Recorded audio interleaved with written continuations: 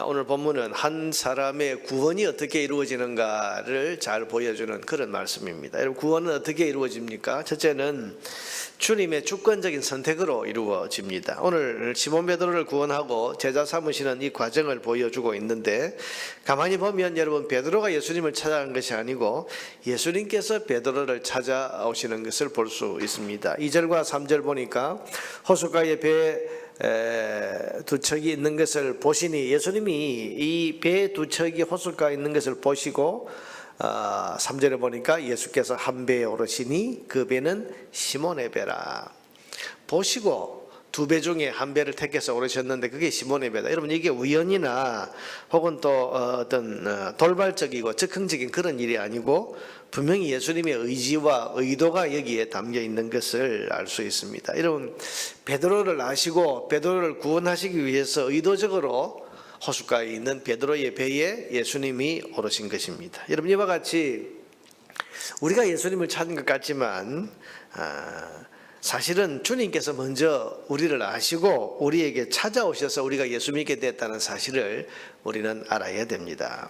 우리가 누군가의 전도로 혹은 어떤 계기로 우연히 교회 나오고 어쩌다가 복음을 믿게 된 것 같지만은, 그러나 돌아보고 생각해 보면 주님께서 우리를 먼저 아시고 우리 곁으로 먼저 찾아오셔서 우리가 구원을 받게 됐다는 사실을 알 수 있습니다. 그래서 한참 세월이 지난 이후에 돌아보면 주님의 은혜구나. 여러분, 구원은 처음부터 주님의 은혜입니다.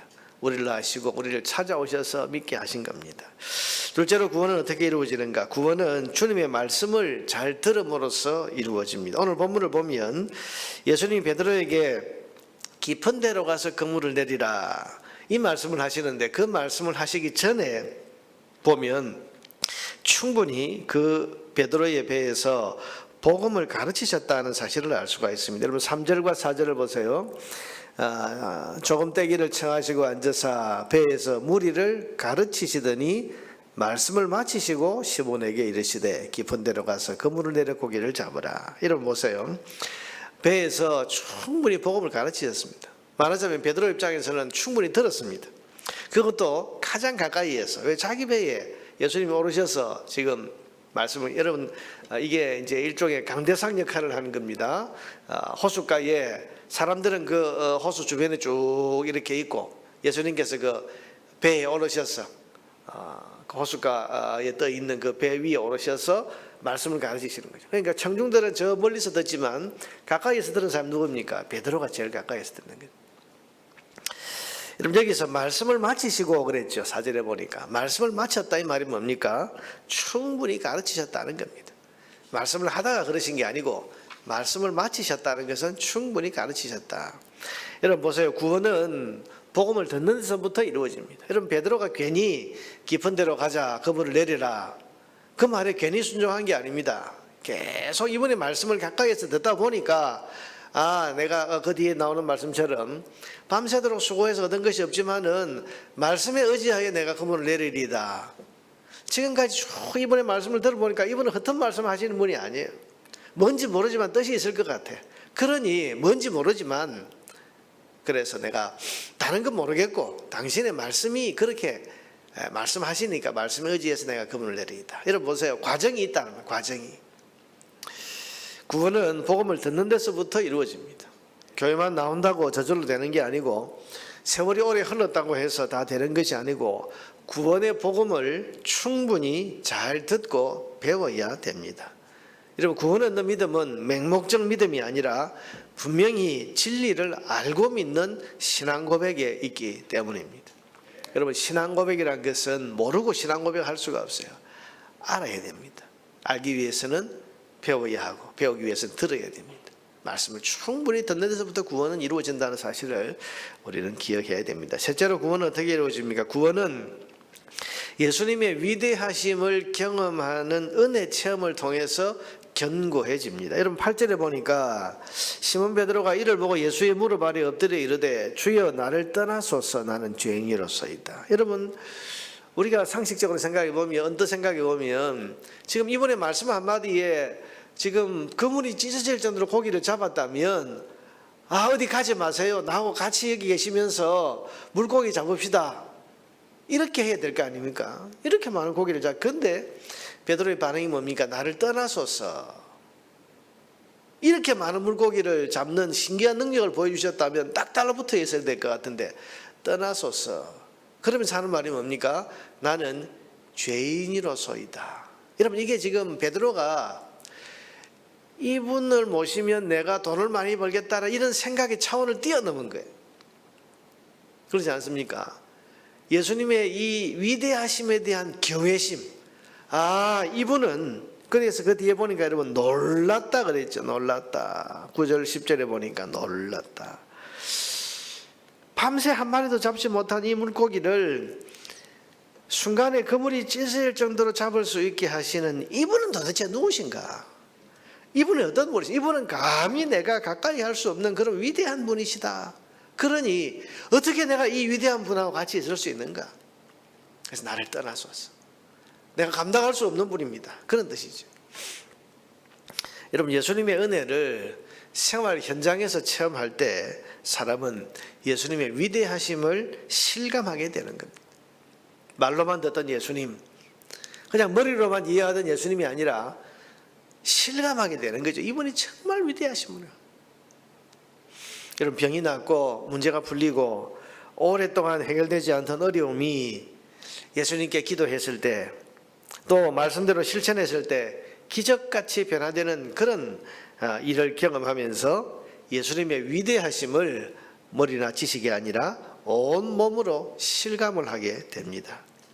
여러분, 그럴 때 이 사람이 구원의 문이 열리고 마음의 문이 열리고 또 예수님의 그 위대하심을 실감할 때 그 앞에 무릎 꿇을 수 있는 그런 믿음이 일어나게 되는 것 아닙니까? 여러분, 우리가 전도할 때 전도하는 그분을 위해서 간절히 기도해야 될 이유가 여기에 있습니다.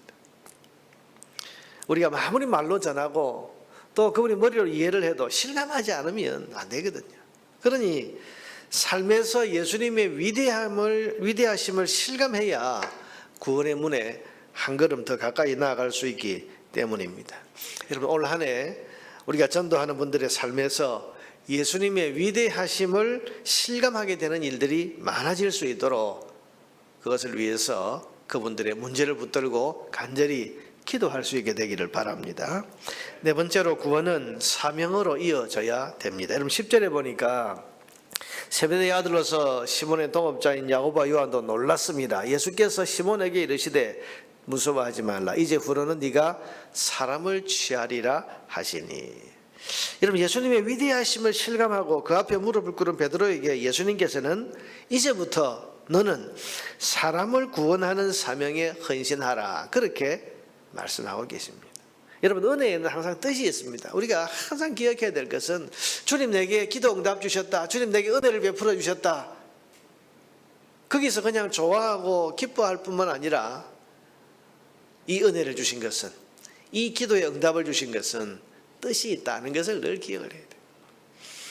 더군다나 여러분, 구원의 은혜를 베풀어 주실 때에는 더더욱 우리를 향한 크신 뜻이 있습니다. 자, 여러분, 저와 여러분이 예수 그리스도의 복음을 믿어서 구원을 얻게 되었다. 금으로도 은으로도 무엇으로도 살 수 없는 그런 고귀하고 존귀한 구원의 은혜를 입었다. 그렇다면 구원의 은혜를 주실 때 주님께서는 우리를 구원하신 이 은혜에는 뜻이 있다는 거죠. 이걸 알아야 돼요. 그 뜻이 뭡니까? 한마디로 말하면 그것은 하나님의 뜻, 하나님의 비전을 이루는 삶을 살라고 하는 것입니다. 이제 네가 앞으로는 사람을 취하리라. 다른 성경에 보면 사람을 낚는 어부가 되리라. 사람 낚는 어부, 사람을 죽음의 바다에서 건져 올리는 영혼의 어부가 되는 것. 여러분, 이것이 먼저 구원받은 자에게 은혜를 주신 하나님의 뜻입니다. 그래서 구원받은 사람은 다 사명이 있습니다. 나는 구원받아서는 이제 좋다, 이제는 됐다, 여러분, 그게 아니라 구원받았으니 이제는 내가 주를 위해 살아야지. 구원받았으니 은혜를 입었으니 이제부터 나는 주님의 그 부르신 뜻에 합당한 삶을 살아야지. 그래서 주를 위해 살고 하나님 나라를 위해 살고 하나님의 비전을 위해서 사는 겁니다. 여러분, 우리는 누군가를 반드시 건져내야 됩니다. 그것도 한두 번이 아니라 우리가 살아가는 동안 내내 항상 사람 살려내는 일에 헌신해야 됩니다. 이것이 구원의 은혜를 받은 사람이 남은 생을 살아가는 이유이고 목적이기 때문입니다. 여러분, 11절에 보니까 오늘 본문이 어떻게 끝납니까? 예수를 따르니라. 예수를 따르니라. 이게 구원입니다. 예수님을 따라 사는 삶, 예수님의 뒤를 따라가는 삶, 이게 구원입니다. 구원입니다. 우리는 구원받은 사람입니다. 저와 여러분의 구원도 오늘 베드로와 같은 이 구원의 길을 따라 같은 은혜를 받아 이루어진 겁니다. 여러분, 우리도 주님 먼저 아시고 우리를 찾아오셨고, 우리도 말씀을 통해서 복음을 알았고, 또한 그 예수를 믿는 가운데 정말 기적같이 주시는 하나님 은혜를 우리가 경험하면서, 야, 주님 위대하시다, 하나님 정말 살아계시구나, 우리가 다 그런 은혜 체험을 하면서 주님의 위대하심을 실감하면서 오늘 여기까지 나오지 않습니까?